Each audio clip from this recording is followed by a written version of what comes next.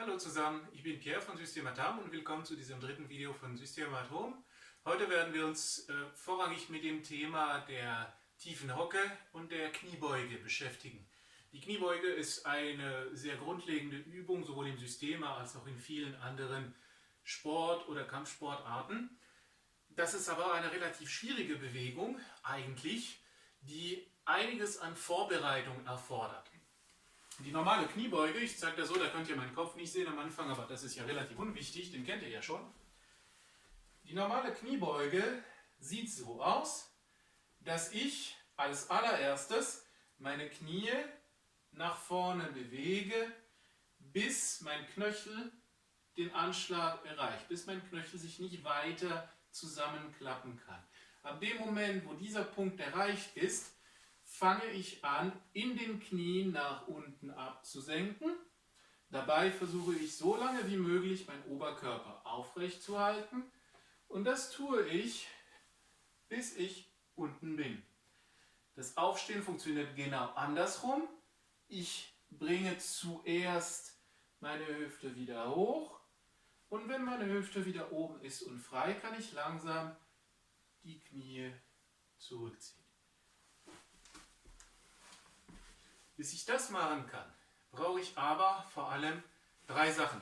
Ich brauche Beweglichkeit im Knöchel, ich brauche Beweglichkeit in der Hüfte, genauer gesagt im Beinbizeps, und ich brauche die Beweglichkeit im unteren Rücken.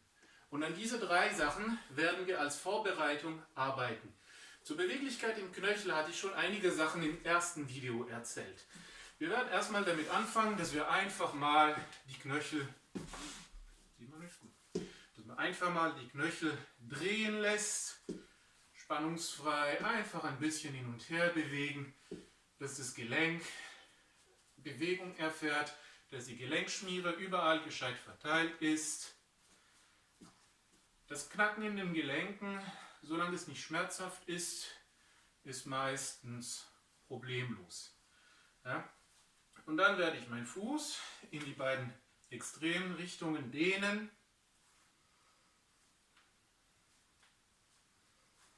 Und dann die andere Seite. Also im Prinzip Aufwärmübungen, wie man sie aus jedem Sportunterricht der Welt kennt. Ne?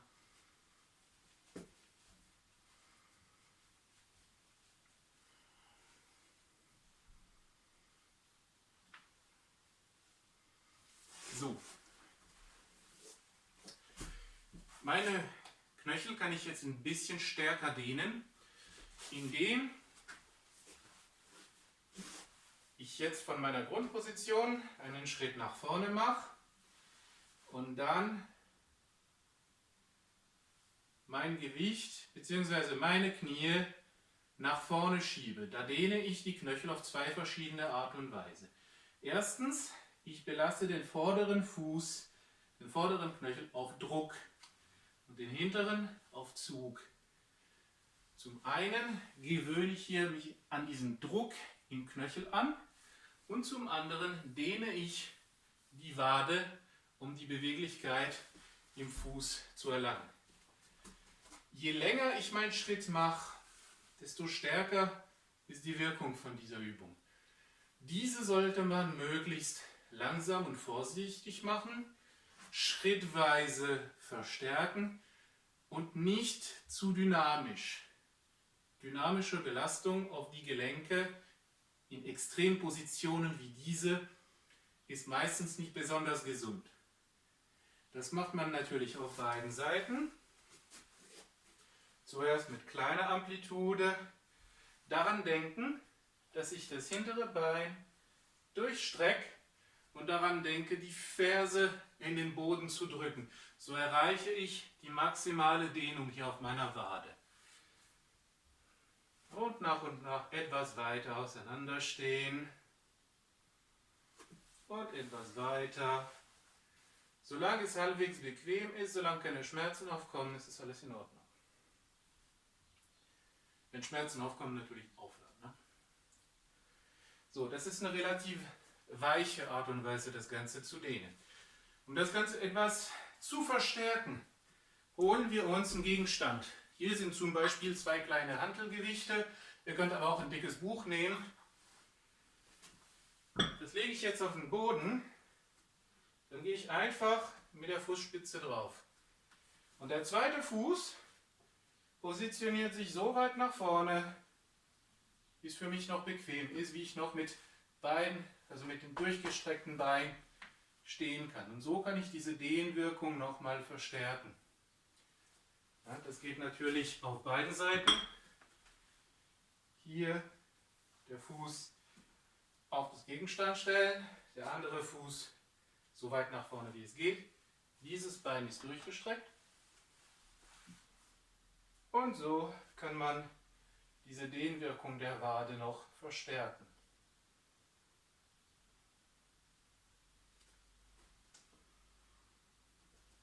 Der Vorteil von den Hantelgewichten ist, dass ich die Höhe anpassen kann, wie ich will. Natürlich, je höher ein Gegenstand ist, desto stärker ist die Wirkung. Klar. Und je flacher das Gegenstand ist, desto weicher wird die Wirkung. Es ist sehr wichtig, die Waden zu dehnen, um entsprechend die Mobilität zu erreichen.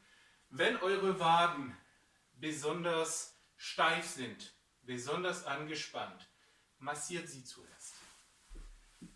Ja, ihr könnt aus einer knienden Position, ruhig mit einem Kissen unter den Knien, für diejenigen, die es ohne Kissen nicht aushalten, mit der Faust erst auf die Wade drücken, überall entlang der zwei Muskeln gehen. Der Wadenmuskel hier ist ein zweiköpfiger Muskel. Ja, ein Teil geht nach links, ein Teil geht nach rechts und es trifft sich in der Mitte zu einer langen Sehne, die bis zur Ferse geht. Und dieser zweiköpfige Muskel wird von außen und von innen massiert. Man kann auch eine Yogarolle oder einfach eine leere Wasserflasche nehmen und dann das Bein darüber rollen lassen. Das ist auch eine andere Art und Weise, den Wadenmuskel zu massieren. Beide Aufgaben, also dehnen, massieren, helfen dabei, die Wade zu lockern und die Muskelfasern wieder auseinanderzuziehen, sodass insgesamt mein Knöchel mehr Beweglichkeit hat.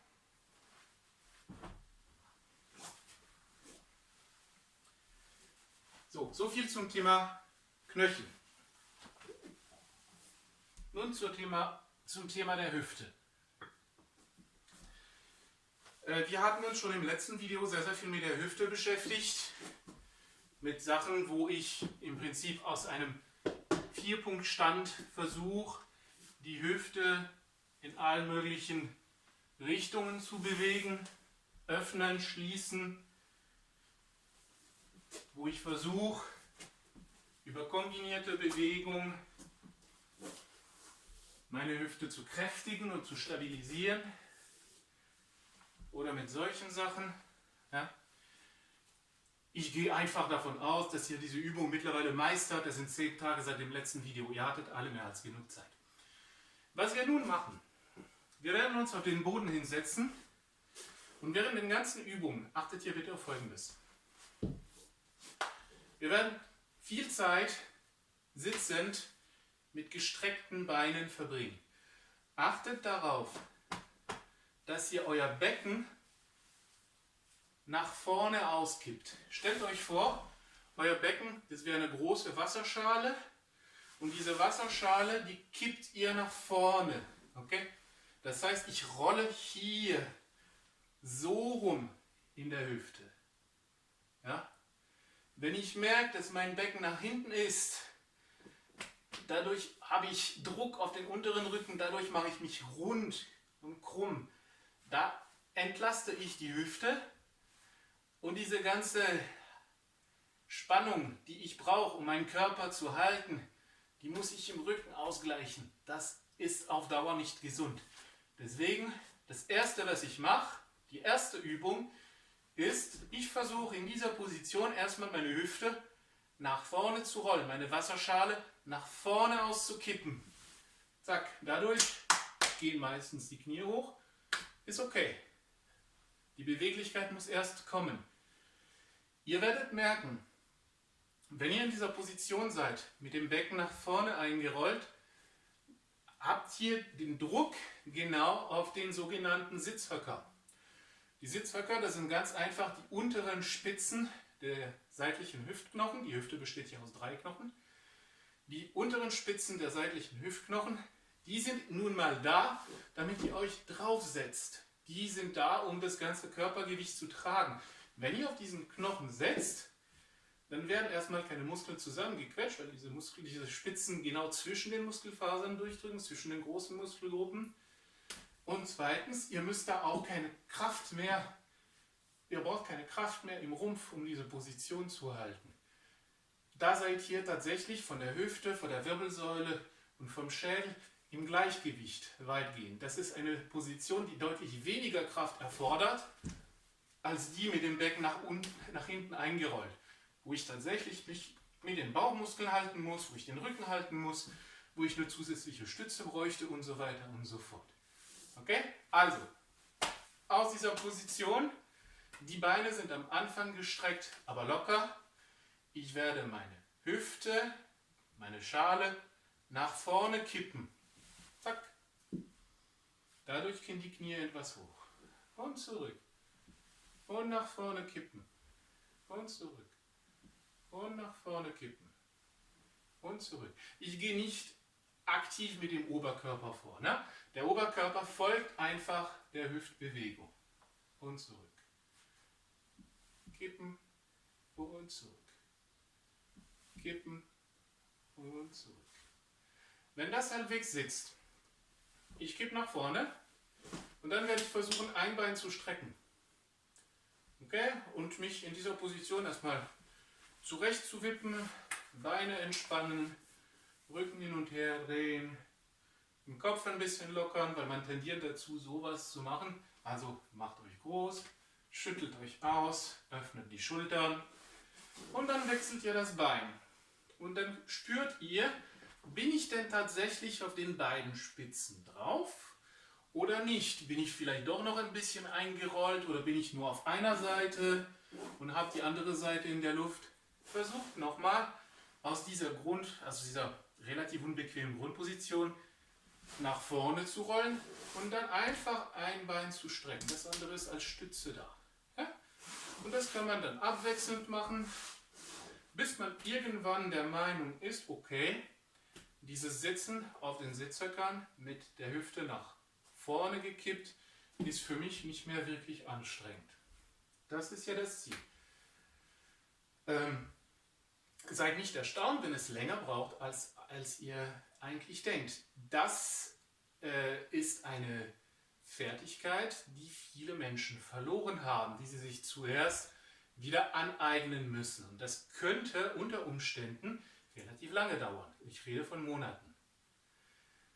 Je schneller es bei euch passiert, umso besser. Aber wenn es ein bisschen länger braucht, es ist völlig normal.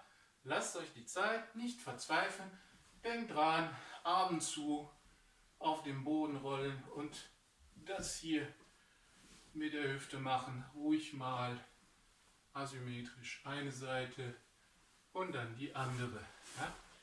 Wenn ich sage asymmetrisch, dann meine ich hier, ich kann mich auch mit dem Bein ein bisschen ranziehen. Das hilft auch, meine Hüfte auf eine Seite einzudrehen. Und wenn ich das mit beiden Seiten kann und dann Knie runter, Beine gestreckt, dann ist es super. Dann kann ich mit dem Rest weitermachen. Der Rest sieht folgendermaßen aus. Wir möchten diesen Beinbizeps dehnen. Das geschieht durch eine Übung, die jeder im Laufe seines Lebens gemacht hat, ja? Nämlich das da. Aber man kann diese Übung auf unzählige Art und Weisen falsch machen. Falsch im Sinne von, es bringt nichts. Falsch wäre zum Beispiel, wenn man das Ganze aus dem Brustkorb macht. Wenn man ab ungefähr Zwerchfellhöhe den Rücken einknickt und dann das da macht. Da dehne ich überhaupt nicht meinen unteren Rücken und meine beiden Bizeps. Da knicke ich nur die Wirbelsäule ein. Damit diese Übung tatsächlich tatsächlich die Beine dehnt, die Gesäßmuskulatur dehnt, den unteren Rücken dehnt, muss ich darauf achten, dass mein Becken nach vorne gerollt ist. Dann die Beine strecken. Bei den meisten Leuten fängt es schon ab hier an zu ziehen. Bei mir auch, ich sage es euch gleich. Okay, ab da, mein Becken ist nach vorne eingerollt und dieses nach vorne eingerollt, das behalte ich. Und nun entspanne ich den Oberkörper und lasse im Prinzip meinen Bauch, ich habe einen Bauch, ne, also den spüre ich dadurch besonders gut. Ich stelle mir vor, mein Bauch ist ein großer Ball und dieser große Ball rollt auf meine Oberschenkel. Okay? Dadurch kriege ich hier eine Dehnung und hier und hier.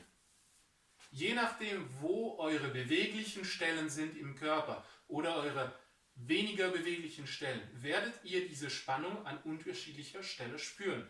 Manche hier, manche da, manche da. Bei vielen Leuten entsteht auch noch zusätzlich hier eine kleine Restspannung. Die kriegt ihr aber in den Griff, indem ihr die Dehnübung für die Wade macht, die wir im ersten Part besprochen haben. So, aufrichten. Beim Aufrichten ein kleiner Tipp, der hilfreich ist: atmen tief in den Bauch ein und durch diese Aufblasbewegung des Bauchs lasst euch nach oben drücken. Zum Runtergehen macht es umgekehrt. Einatmen, Bauch aufblasen und beim Ausatmen den Bauch leeren. Es geht hier nicht darum, dass wir besonders weit nach vorne gehen, dass wir tatsächlich komplett einklappen, Kopf auf den Knöcheln und so weiter und so fort. Wurscht egal. Ab dem Moment, wo ihr Zug in den Schenkeln und im Rücken spürt, macht ihr schon mal was Richtiges. Wieder aufgehen und wieder runter. Bauch ein und beim Ausatmen den Bauch ausrollen.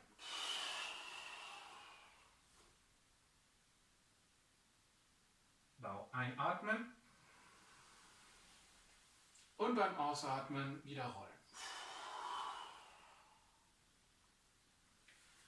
Das macht ihr ein paar Mal. Zwischendurch prüfen, wo die Hüfte ist. Sitze ich immer noch auf meinen Sitzknochen oder bin ich zwischendurch wieder nach hinten eingerollt? Ja, ist meine Schale nach hinten gekippt? Dann kippe ich wieder nach vorne und fange von vorne an. Okay? Wer kann natürlich die Füße fangen. Es ist eine gute Übung übrigens. Auch wenn ihr das nicht mit gestreckten Beinen hinkriegt. Fasst eure Füße, achtet darauf, dass ihr auf den Sitzknochen seid und dann bewegt ihr die Füße ein bisschen weiter nach vorne. Soweit es halt geht. Und dann rollen, hin und her bewegen, atmen, versuchen zu entspannen und immer weiter, bis ihr irgendwann tatsächlich nach vorne kommt. Das ist mehr oder minder schwierig, nicht nur abhängig von eurer allgemeinen Beweglichkeit, sondern abhängig von dem Verhältnis von eurer Beinlänge zu eurer Armlänge. Das kommt auch noch dazu. Leute, die besonders groß, lang gebaut sind, haben bei dieser Übung natürlich mehr Schwierigkeiten wie einer wie ich, der im Verhältnis zu der Körpergröße relativ kurze Beine hat.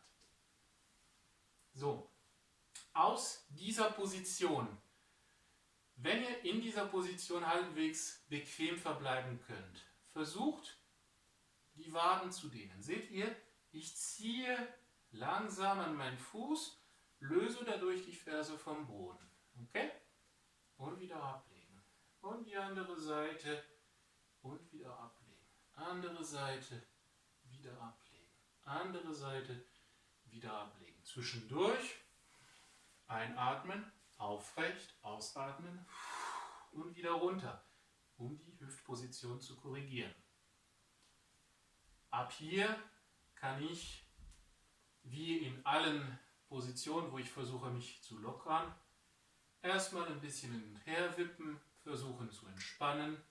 Ich kann auch versuchen, ein bisschen weiter nach vorne zu kommen mit dem Bauch, nicht mit dem Kopf. Ich kann auch versuchen, die Hüften nach vorne und nach hinten zu schieben. beobachten, was dabei im Bein passiert, in den Waden, im Oberschenkel, im unteren Rücken und zwischendurch einatmen, aufrecht sitzen, sich lang machen und beim Ausatmen wieder reinfallen.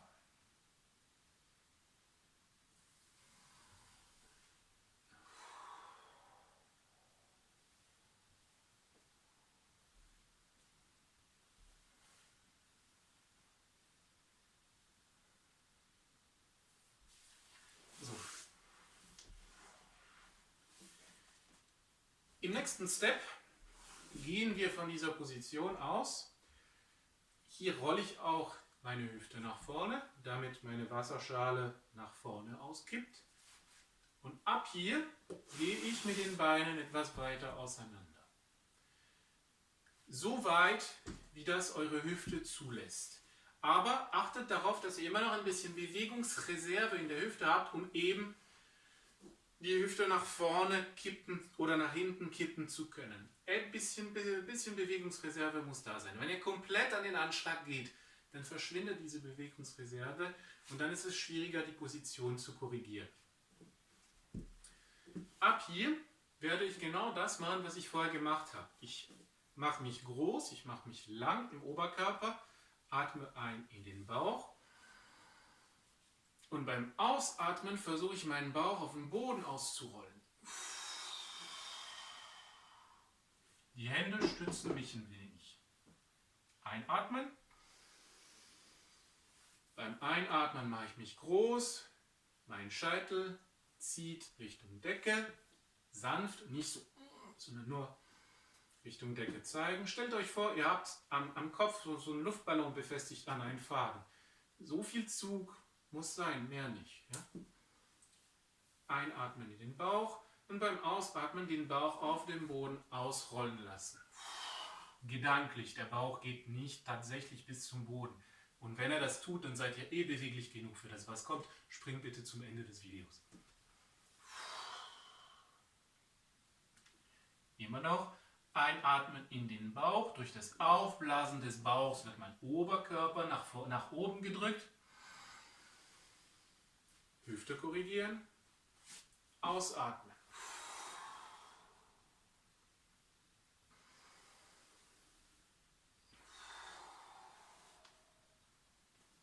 So, das Ganze können wir im Fächer machen. Das heißt, ich drehe meinen Oberkörper zur Seite. Ich stelle mir vor, dieser Ball, der an meinem Bauch ist, den lege ich erstmal auf meinen Oberschenkel. Ja? Und dann mache ich genau die gleiche Übung. Innenbauch einatmen und dann Oberschenkel auf mein Bein ausrollen.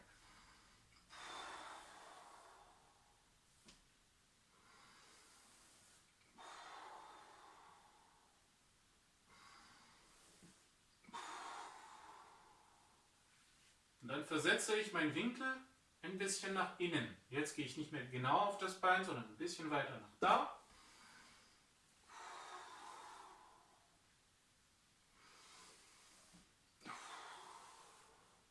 Der Kopf hängt einfach natürlich. Nicht so hochziehen, weil das Muskeln jetzt ist unangenehm. Wenn ich aufrecht stehe, darf ruhig mein Kopf mit aufgerichtet sein, aber ich versuche nicht auf Gedeih und Verderb immer nach vorne zu schauen, sondern mein Kopf und meine Augen gehen dahin, wo es für meine Schulter und für meinen Nacken bequem ist. Und dann gehe ich den Fächer nach und nach, von links nach rechts und von rechts nach links ab. Ich mache das ein bisschen im Schnelldurchgang. Einatmen in den Bauch, ausatmen, ausrollen.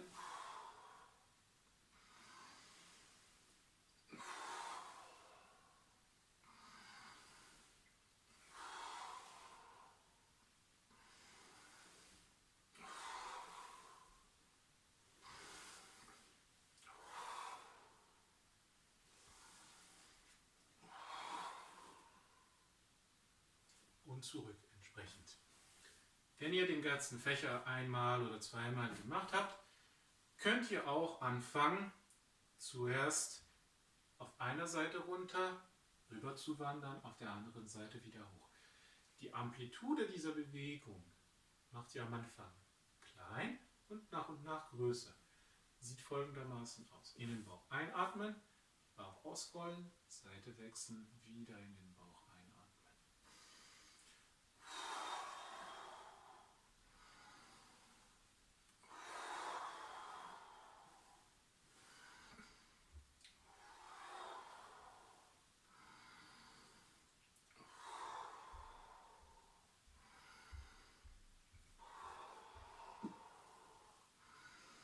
Zwischendurch Hüfte prüfen, bin ich tatsächlich auf den Sitzknochen? Wenn nicht, etwas weiter korrigieren.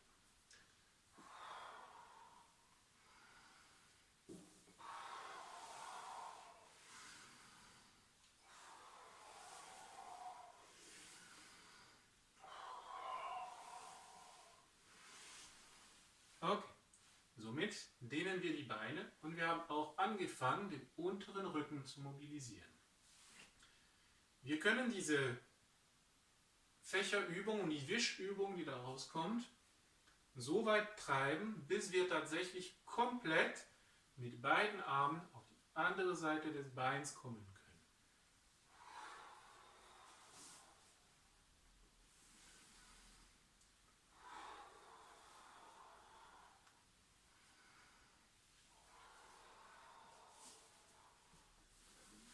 Natürlich, je beweglicher ihr werdet mit der Zeit, desto weiter könnt ihr die Beine auseinanderstellen, desto mehr muss der Oberkörper arbeiten.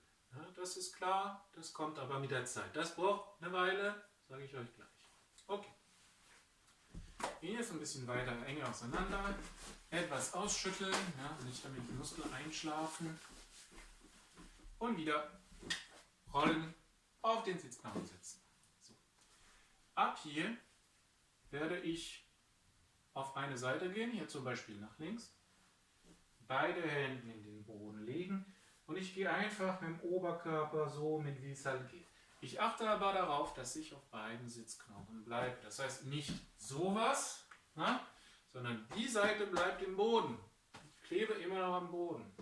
Hier, mein Oberkörper geht halt mit, wie es halt notwendig ist. Und ab hier werde ich genauso in den Bauch einatmen und den Oberkörper ausrollen.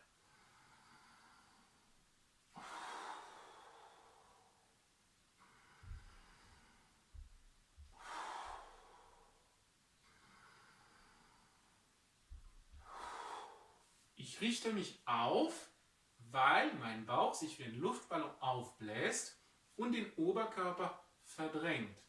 Es ist nicht so, dass ich mit dem oberen Rücken das Ganze nach oben ziehe. Das wäre sogar kontraproduktiv. Sondern ich lasse meinen Rücken hängen und lasse meine Atmung für mich arbeiten.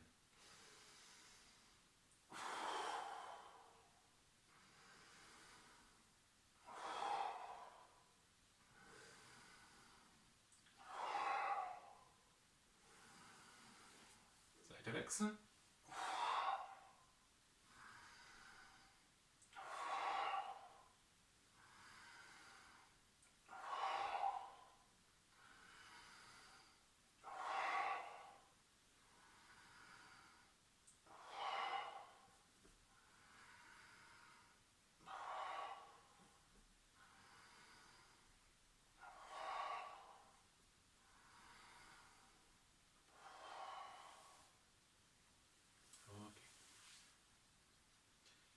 Wir werden jetzt zu einer liegenden Position wechseln.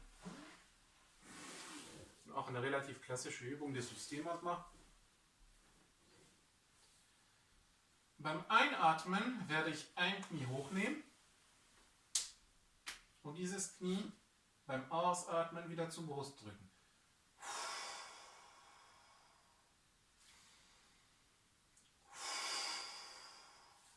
Ich drehe mich zur Seite. Knie hoch, ausatmen.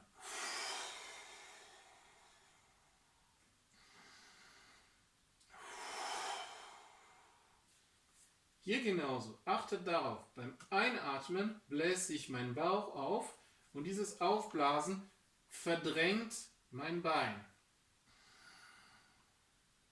Dadurch verdreht sich auch ein bisschen die Hüfte. Ja? Es darf ruhig etwas Spannung im unteren Rücken entstehen. Diese Spannung lösen wir dann, wenn wir ausatmen und ziehen.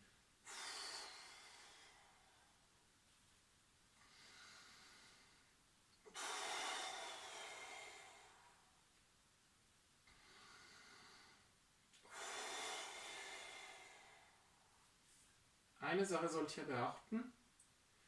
Ihr dürft nur so viel Spannung im Bauchraum und im Rücken haben, dass der Kopf immer liegen bleibt. Wenn ihr sowas macht, dann ist es zu viel. Sondern lieber ein bisschen weniger.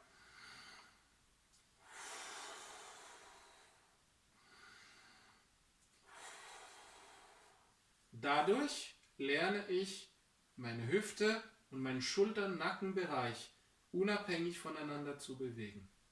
Nebenbei. Andere Seite genauso.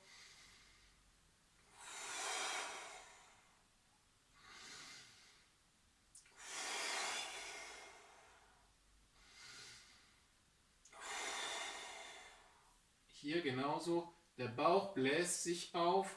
Diese Aufblasbewegung verdrängt das Bein.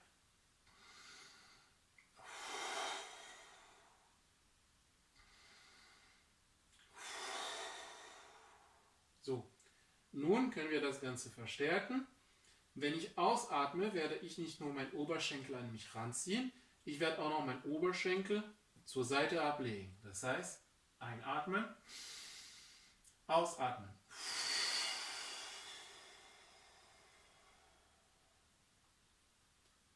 Einatmen, ausatmen.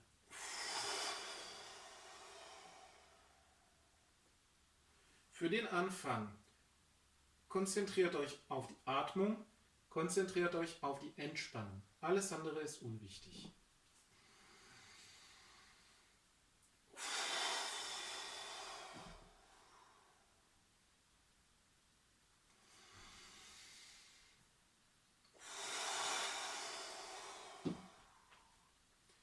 In dieser Position, wenn ich jetzt meinen unteren Rücken etwas mehr dehnen will, kann ich folgende Sache machen. Die Hand, die oben ist, die Hand, die nicht den Boden berührt, geht jetzt über den Kopf in großem Kreis. Ich mache mich in diese Richtung, so lang wie es nur geht, beim Ausatmen. Und dann drehe ich im Kreis weiter in diese Richtung, bis diese Schulter wieder den Boden berührt. Und zurück. Lange machen in die Richtung. Und die Schulter ablegen. Am Anfang wird sich das Knie vom Boden heben. Ist okay? Lasst es geschehen.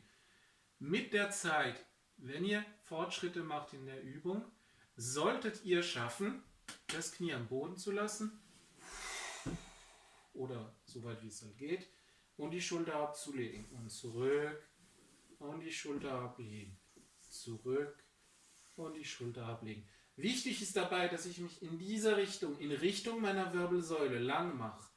Wenn ich meine Wirbelsäule zusammenstauche, dann dehne ich den Rücken nicht, ja, sondern erzeuge nur zusätzlichen Druck auf die Wirbelsäule. Das kann ich gar nicht gebrauchen, sondern ich mache mich lang, damit meine Wirbelsäule gestreckt ist.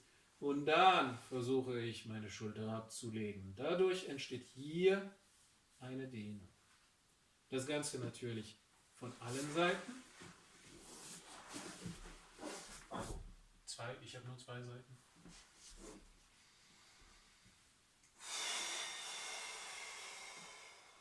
Und hier, ich mache mich lang, so lang wie es geht.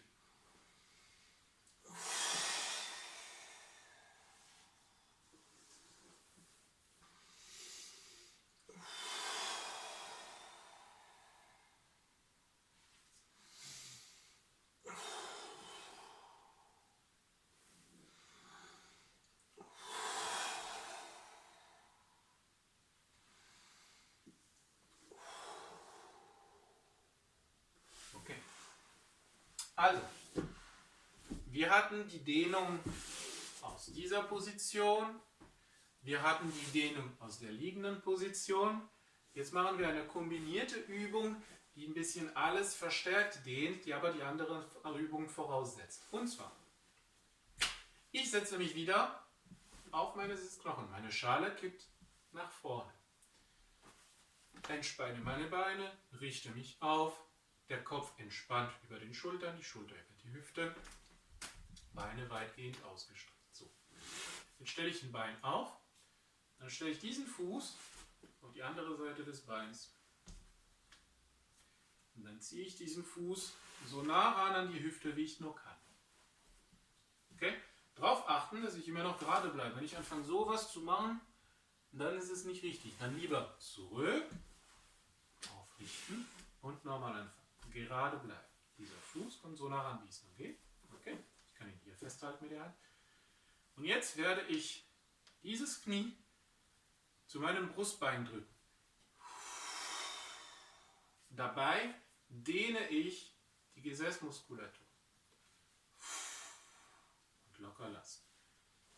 Position korrigieren, aufrecht sitzen und nochmal das Knie zum Brustbein.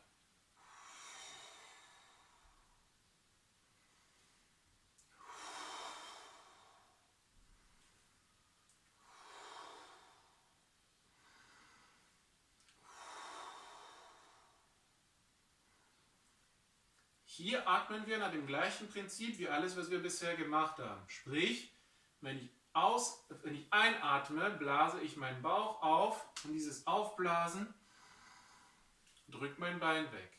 Wenn ich mein Bein ranziehe, wird mein Bauch zusammengedrückt und dadurch atme ich aus.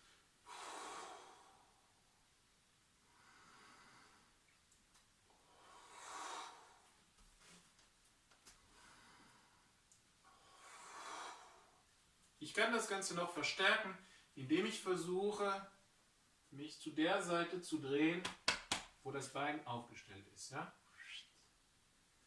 Okay, ich kann das auch hier mit dem Ellbogen verstärken, wenn ich das hinkriege. Es gibt sogar Leute, die es schaffen, diesen Arm hier da durchzuwühlen. Ich kann das nicht, aber wenn ihr das könnt, toll für euch. Hier, dadurch drehe ich zusätzlich meine Wirbelsäule und dehne den unteren Rücken. Sehr wichtig dabei, gleiche Anmerkung wie auf dem Boden. Das ist nur schonend für die Wirbelsäule, wenn meine Wirbelsäule tatsächlich lang ist. Wenn sie zusammengestaucht ist, dann reiben meine Wirbel aneinander. Das ist nicht besonders gesund. Ich muss mich lang machen. Ich muss die Bandscheiben entlasten, indem ich mich gerade und lang mache. Und dann kann ich drehen, ohne dass es für die Wirbelsäule auf Dauer schädlich ist. Andere Seite genauso. Position prüfen, Schale nach vorne ausführen. Bein auf, andere Seite ranziehen. Und zuerst nur das Knie ans Brustbein.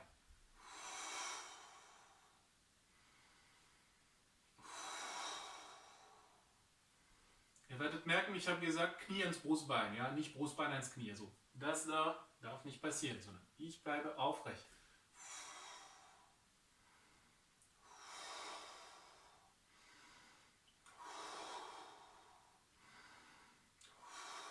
Und hier genauso verstärken, indem ich mich eindrehe. Immer die Wirbelsäule lang lassen.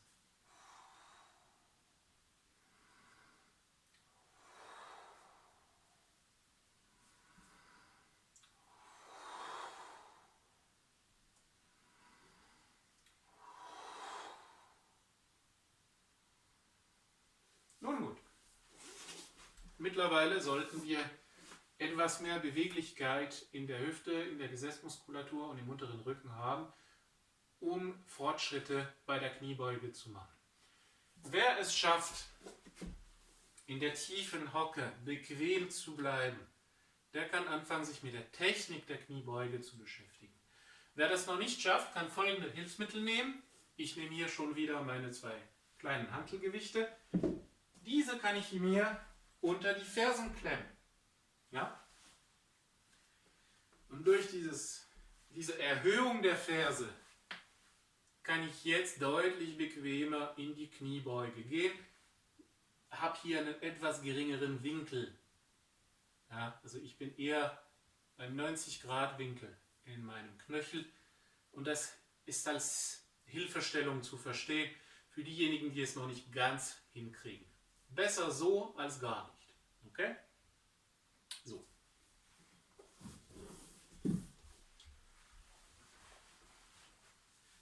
Aus der Hocke. Wichtig, um zu verstehen, wie die Kniebeuge funktioniert. Der schwierige Part bei der Kniebeuge ist nicht der Part, wo ich runterkomme. Das ist der Part, wo ich hochkomme. Ja? Runter, das schaffen viele. Hoch erfordert etwas mehr Technik. Als erstes, was wir verstehen müssen, ist, dass um eine gescheite Kniebeuge zu machen, müssen wir unseren Oberkörper befreien. Wenn mein Oberkörper eng ist und zusammen verkrampft ist, kriege ich keine saubere Kniebeuge hin. Das ist aber etwas, was hier als Leitmotiv im System immer zurückkommt. Mein Oberkörper und meine Beine, die müssen unabhängig voneinander sein. Wenn die sich spannungsmäßig gegenseitig beeinflussen, dann wird meine Bewegung unsauber sein, dann werde ich unstabil sein, ich werde angreifbar sein und so weiter und so fort. Deswegen, wir üben erstmal darin, dass wir unseren Oberkörper von den Beinen etwas befreien. Wir atmen tief in den Bauch ein und dann atmen wir komplett aus und lassen den Oberkörper komplett entspannen. Tief in den Bauch atmen und komplett entspannen.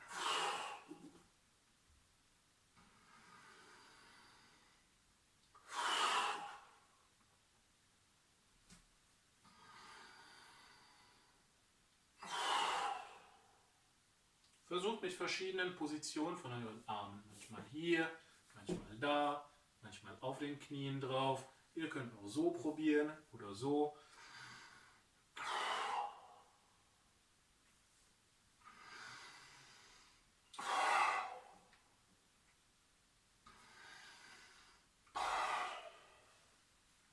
So, ab hier werden wir versuchen, einen Ellbogen Richtung Decke zu bewegen.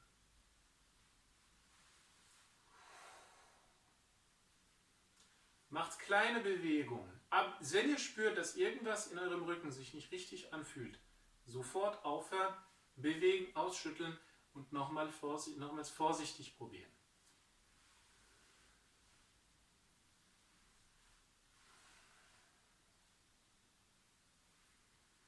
Wenn das mit dem Ellbogen klappt, versuche ich den ganzen Arm nach oben zu strecken. Zuerst Ellbogen und dann die Hand. Einklappen, zurück. Ellbogen, Hand, einklappen und zurück. Ellbogen, Hand, einklappen und zurück.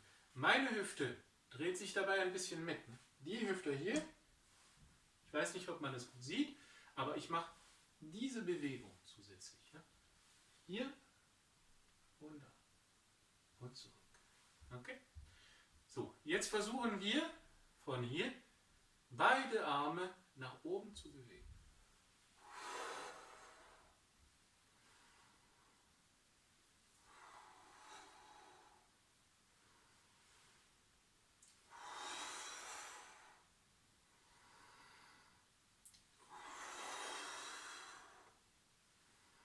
Achtet darauf, dass der Kopf neutral ist. Die Augen dürfen gern mitgehen, aber der Kopf darf nicht sowas machen. Ja?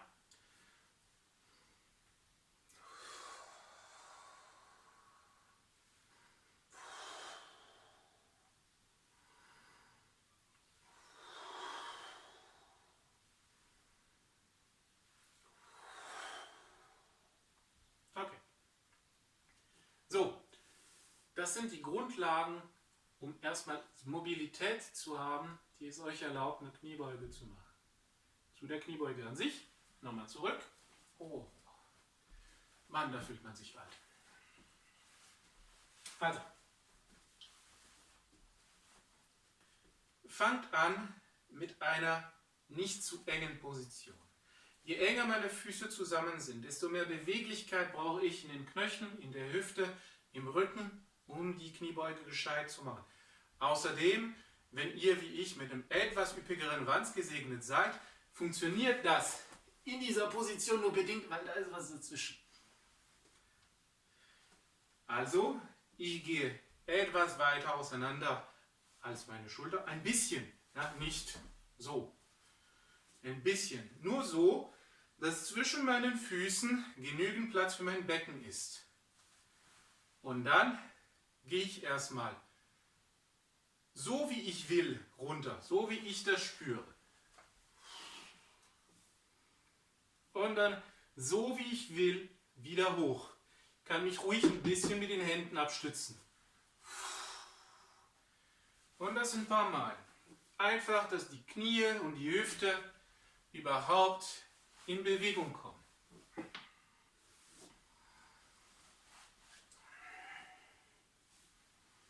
Ihr könnt an der Stelle auch verschiedene Grundpositionen ausprobieren. Etwas enger auseinander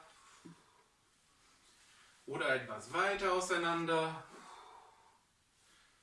Oder die Füße ein bisschen mehr gerade nach innen. Oder die Füße etwas weiter nach außen. Forscht ruhig ein bisschen mit diesen verschiedenen Varianten und findet etwas heraus, was für euch bequem ist, wo ihr gut arbeiten könnt. Guckt, wo es sich im Körper eng anfühlt. Ja? Wo fühlt sich das beweglich, wo fühlt sich das eng an? Und so lernt ihr im Prinzip die Feinheiten dieser Bewegung für euch, für euren Körper zu entdecken. Wenn das funktioniert, wenn diese Bewegung für euch sich bequem anfühlt, wenn ihr fühlt, dass ihr in der Bewegung noch Platz habt, ja, dass ihr euch noch weiter bewegen könnt, dann fangen wir an mit der tatsächlichen Kniebeuge.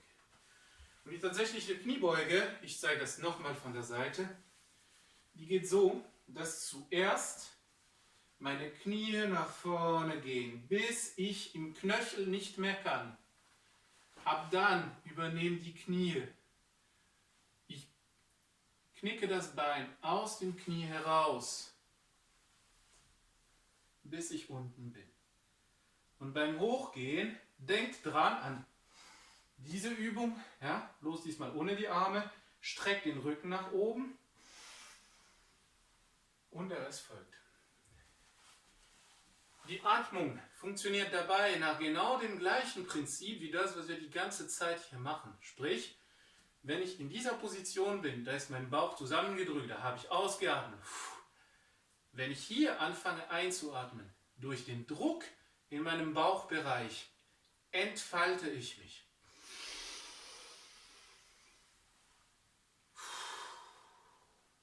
Genauso beim Runtergehen.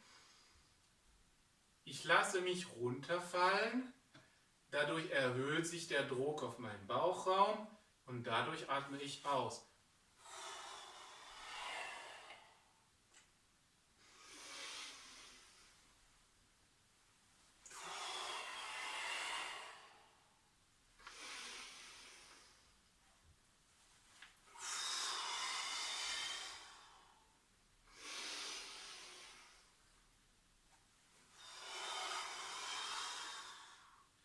Um dem Ganzen den letzten Schliff zu geben. Wenn ich hochgehe beim Einatmen, denke ich dran, meine Knie wieder nach vorne zu drücken. Dadurch geht die ganze Übung auf die Oberschenkel und nicht auf den Rücken. Der Rücken ist frei.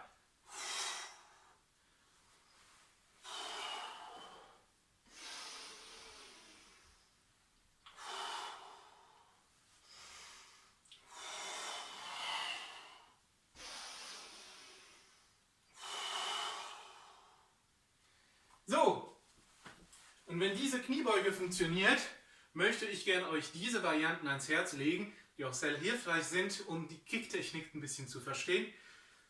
Nämlich, wenn ich hochgehe, das Bein nach vorne ausschwingen. Hoch, nach vorne ausschwingen. Hoch, nach vorne ausschwingen. Hoch, nach vorne ausschwingen. Es ist wichtig, dass ich hier nicht ganz hoch gehe und dann trete, sondern ab dem Moment, wo mein Bein halbwegs Trittwinkel erreicht hat, verlagere ich das ganze Gewicht auf mein Standbein. Okay, und dieses Bein bleibt in dem Winkel. Und da treten. Und dann runter. Und genau die andere Seite. Und wenn das von vorne funktioniert, könnt ihr das auch gerne seitlich probieren.